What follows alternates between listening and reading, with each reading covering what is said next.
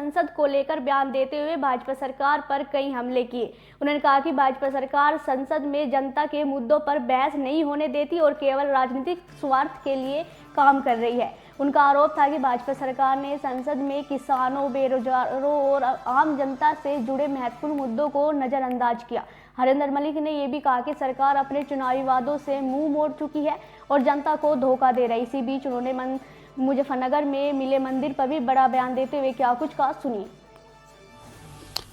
तो हमने तो आज भी देखा, खून तो वहां कहीं पड़ा में था नहीं। और भाई ये बता रहे 5 टांके भी लगे, पहले 2 की सूचना आई थी, फिर 5 हो गए। आईसीयू में भी हैं। ये अच्छा होगा, राम मनोहर लोहिया में आईसीयू में भी टेलीफोन पर बात करने की सुविधा होगी, ये अच्छा है। और दूसरे मरीजों के लिए भी दृष्टांत बनेगा।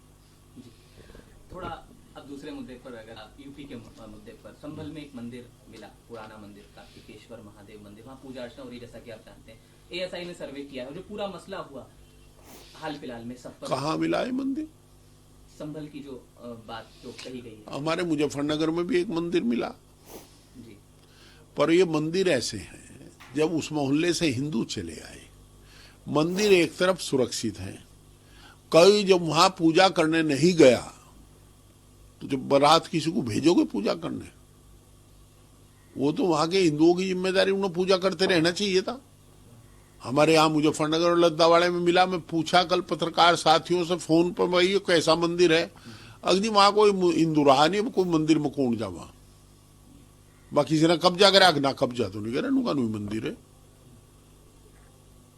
और मैं कई बार हरियाणा जाता हूँ, हरियाणा और पंजाब में बहुत सी मस्जिदें ऐसी मिल जाएंगी जो शहीद होगी, लोगों ने बैल बांध रखे। जब वहां रहा नहीं मुसलमान तो नमाज पढ़ने कौन जाएगा? अभी हमारे यहाँ जब 2013 में दंगा हुआ तो कुछ गांव से मुसलमान पलायन कर गए, तो उन गांव की मस्जिद वैसे ही पड़ी है, उनमें कोई नमाज पढ़ने नहीं जाता। अब स्थिति सामान्य होने के बाद लोग जाने लगे होंगे, पर इसका मतलब ये थोड़ा है कि वहां किसी ने उन पर कब्जा कर लिया। ऐसे ही है, ये मंदिर भी ऐसे ही है, वो भी ऐसे ही है। इसी को जोड़ते हुए अगर मैं भागवत जी के एक बयान की बात करूं तो उन्होंने कुछ बातें कही हैं। उन्होंने कहा है कि सांप्रदायिक सौहार्द पर उन्होंने जोर दिया और कहा अयोध्या मंदिर निर्माण के बाद कुछ लोग मंदिर मस्जिद विवाद उठाकर हिंदू समाज का नेतृत्व करना चाहते हैं। क्या कहना चाहेंगे आप इस पर? उन्होंने उनकी बात सही है। देखिए, गिनती सब जानते हैं, इस मुल्क में हिंदू कम है ऐसा तो कोई मानता नहीं। यहाँ सच्चाई या तादाद में मुस्लिम कम है, हिंदू ज्यादा है। तो वो हिंदू के बहाने उकसा करके आदरणीय भागवत जी को साधुवाद दूंगा, उन्होंने अच्छी बात कही, पर एक बात और एक कदम और बढ़ना पड़ेगा कि वो राज करना चाहते हैं, हिंदू को एक्साइट करके, हिंदू को उकसा करके, हिंदू का भला नहीं करना चाहते। उसके वोट से उनका नेतृत्व करके अपने आप सत्ता में रहना चाहते हैं, राज करना चाहते हैं। ये है, भागवत जी ने ठीक कहा। पर मेरा भागवत जी से करबद्ध अनुरोध है कि वो भारतीय जनता पार्टी को समझावे ये बात, और कोई नहीं कर रहा, वो ही कर रहे इस काम को। देश कहीं जा, हम पर तो बड़ा जोर पड़ता है। हम लखनऊ जाकर उतरे, पहले चरण सिंह एयरपोर्ट लिखा रहता था वहां, अब लिखा अदानी। रेल पे लिखता अदानी रेल। भारत की रेल थी तो मेरी भी ऐसी थी, धन्ना सेठ की भी ऐसी थी, गरीब की भी ऐसी, घास खोदने वाले की भी ऐसी रेल थी।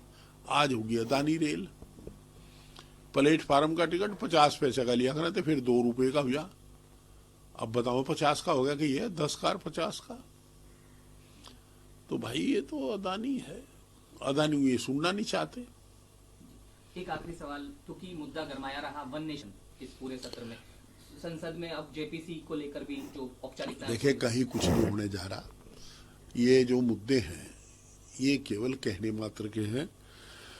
ये इतने मुद्दे हैं कि आपको एक बात देखनी पड़ेगी। नौजवान के सवाल पर सरकार मौन, किसान के सवाल पर सरकार मौन, खिलाड़ियों के सवाल पर सरकार मौन, बहन बेटियों की पढ़ाने के सवाल पर सरकार मौन, महंगी सस्ती दवाई और सस्ती पढ़ाई पर सरकार मौन। तो ध्यान तो बदलते हैं ना, अटेंशन डाइवर्ट करने के लिए नए नए मुद्दे ले आते हैं, और कुछ नहीं। आपकी लेकिन राय अगर जानना चाहें एक देश एक चुनाव पर तो क्या आप मैंने बता दिया ना, मुझे इससे कोई लेना देना नहीं चुनाव को। वो मैं तो ये चाहता हूँ, चुनाव तो आवश्यकता अनुसार संवैधानिक व्यवस्था है, 5 साल के अंदर चुनाव होंगे। जहाँ परिस्थिति जैसी है वहाँ 5 साल के लिए होना चाहिए। और बड़ा खेल होगा, कहीं बाई इलेक्शन हो गए, कहीं विधानसभा भंग होगी या लोकसभा भंग होगी तो जो कार्यकाल बचेगा उसके लिए ही चुनाव होगा, ये कहाँ की बात है? उसमें नहीं दुरुपयोग होने का नहीं कहा। सर, चुनाव समय पर होने चाहिए और समयबद्ध चुनाव से काम चलेगा। आप आहिस्ता आहिस्ता आहिस्ता कर सकते हैं, समयबद्धता आ जाएगी आहिस्ता आहिस्ता। मुझे तो रोजगार चाहिए नौजवान को, किसान की आय दोगुनी चाहिए। मैं चाहता हूं कि मरीज को सस्ती दवाई मिले, नौजवान को सस्ती पढ़ाई मिले। हमें इससे कोई और बात से लेना देना